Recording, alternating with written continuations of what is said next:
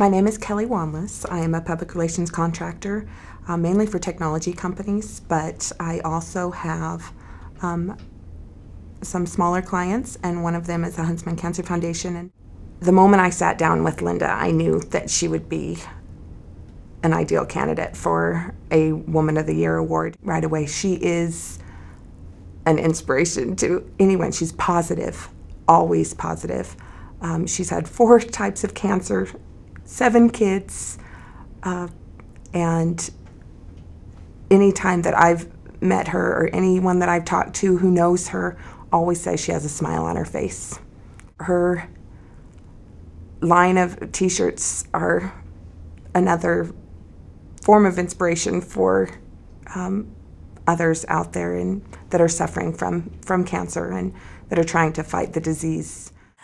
I'm Linda Hill, and I'm a cancer survivor a few times over. My first diagnosis with cancer was at the age of 19.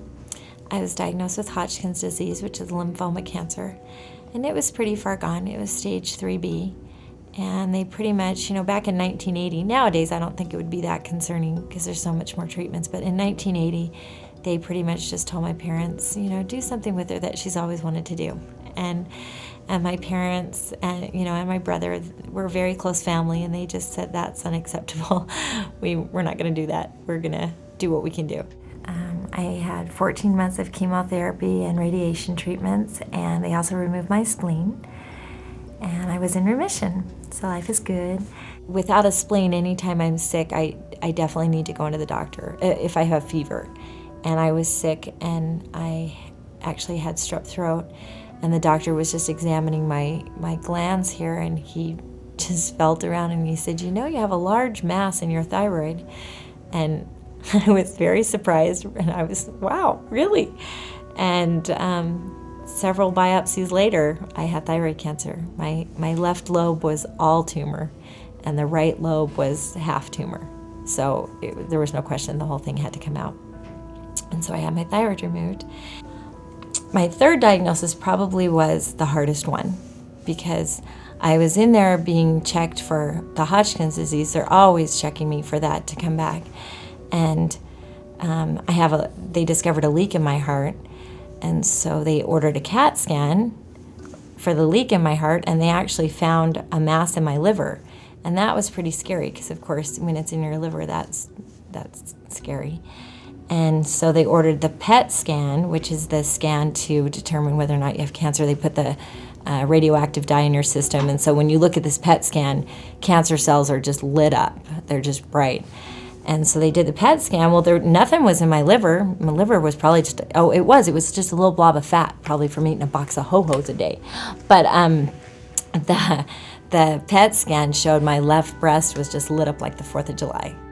That's how I got hooked up with the Huntsman Center, which was the greatest thing that could have ever happened to me. I count it as a huge blessing that I got breast cancer, because it did send me up to the Huntsman Center, and I have an amazing oncologist. They looked at my history and decided, well, you haven't had a colonoscopy for a couple years. Let's do a colonoscopy just to be sure you're clear there. And I told them I'd already had one 2 years ago. And it was very unremarkable. I had 2 polyps. They were harmless. They took them off. No big deal. But my very wise doctor, Dr. Baez, said, well, I'd still feel better if we did it anyway, in light of everything I'd been doing the last while. And sure enough, they did the colonoscopy, and everybody was surprised in that room, even Dr. Burt, who was doing the colonoscopy. I had over 70 polyps of both the cancerous and non-cancerous kind. I was covered from one end to the other, and that was very surprising. So again, it was unanimous. There wasn't a question. No one even thought of keeping my colon. It's out of there. And so that if you don't have cancer now, you most surely will. It's got to come out. And so less than 8 months after having both breasts removed, I had my colon removed. So it's a brutal weight loss program. Well, the breast cancer actually turned out to be a great thing, a really great thing. Having to have both your breasts removed and having 5 daughters, the jokes just flew. We just kept coming up with I don't know, maybe it's our way of coping is humor, but we just kept coming up with great things. Like my athletic daughters kept saying, gosh, Mom, you'll never have to wear a sport bra. It's going to be so great when you run. And, you know, you always, in sports, you get hit in the chest and it hurts so bad. And like, gosh, Mom, you're going to be great. And it just kind of took off. And we started thinking, one of my daughters said, gosh, Mom, if you ever date, you're going to really need a button thigh man. And that spawned, yeah, I'm going to need an ass man. And so they said, we should put that on a shirt, Mom, looking for an ass man. And then it just snowballed. It also spawned, the Huntsman had done so many things for me. They've just been absolutely phenomenal. I've been to a lot of medical facilities and nothing compares to the Huntsman Center.